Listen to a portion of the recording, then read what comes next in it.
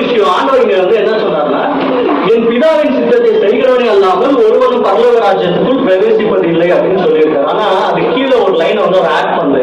என்ன விட்டாருன்னா, பிதா சித்தம் என்னன்னு அவர் வந்து அங்க வந்து மென்ஷன் பண்ணவே இல்லை. அதுதான் உங்ககிட்ட அந்த கொஸ்டினை கேட்கலாம்னு நினைச்சிருந்தோம். ஆண்டவர் கிட்ட வந்து அந்த பரிசீல சதுசேரெல்லாம் வந்து கேள்வி கேட்பாங்க. ஆண்டவரே, என்கிட்ட ஞாபகமாக எல்லாம் இருக்கு, மோசம் இது, சரி நீங்க சொல்லுங்க, முதலாவது பிரமாணம் எது அப்படின்னு ஒரு கொஸ்டின் கேட்பாங்க. யாருக்கா தெரியும் ஆண்டவர் வந்து கேட்பாங்க.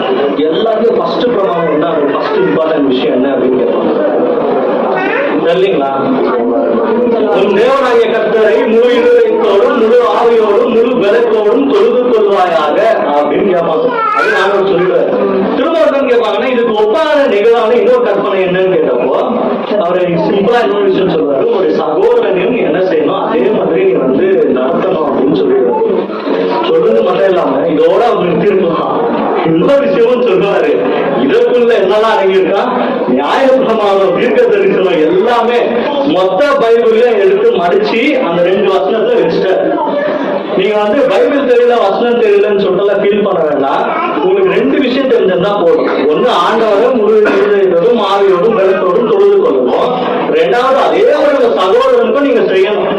இது 2 செஞ்சுட்டா ஆண்டவர் என்ன சொல்றாருன்னா, பைபிள் ரூல்ஸ் ஃபுல்லா ஃபாலோ பண்ற லிஸ்ட்ல என்ன செஞ்சிருக்காரு, நம்ம பேரை வந்து போயிடுவாரு. வேற ஆளு சகோதரனாக்கா டேடி என்ன சொல்றாங்க, சகோதரன் கூட போற சகோதரன் பைபிள்ல வளர்த்து வந்து கூட போற சகோதரன் கிடையாது. அது எல்லாரையும் தான் மென்ஷன் பண்றேன். உங்க எதிர் வீட்டுல இருக்கிறவங்க, பக்கத்து வீடு, இந்த வீடு, பின்னாடி வீடு. ஆனா நம்ம தான் என்ன பண்றோம்னாக்கா, சின்ன சின்ன விஷயத்துல ஃபுல் வெஞ்சன்ஸோட வந்து சுத்தி இருப்போம். எப்படி பொருள் வாங்கி போயிட்டாங்க, இன்னொரு வீட்டுல இன்னும் இந்த மாதிரி ரொம்ப பயங்கரமான விஷயத்துக்கெல்லாம் நான் ஒரு பிக்சர்ல பார்த்துருந்தேன். ரொம்ப யோசிச்சிருந்தேன். என்னன்னா, 2 ஃபேமிலியில சண்டை வந்துருக்கும். 20 வருஷமா பேசாம இருப்பாங்க. 20 வருஷம் ஆயிடும். இவங்க 2 பேரையும் கூப்பிட்டு என்னப்பா பிரச்சனை அப்படின்னா, 20 வருஷம் ஆனவங்க 2 பேரும் பிரச்சனையை மறந்துட்டுப்பாங்க. பிரச்சனையே மறந்துட்டு சண்டை போட்டு சுத்திடுவாங்க. இப்ப என்ன ஆயிடுச்சுன்னா, இந்த மாதிரி தான் வந்து எல்லா இடத்துலயும் வந்து நடக்குது. சோ நம்ம என்ன பண்ற ஒரு மேஜர் தப்பு என்னன்னா, ஆண்டவர் கிட்ட ரொம்ப வந்து நம்ம கேர்ஃபுல்லா இருக்கும். ஆண்டவரே உங்க நேசிக்கிறோம், ஆண்டவரே உங்களுக்காக அதை செய்யறோம்ன்றோம்.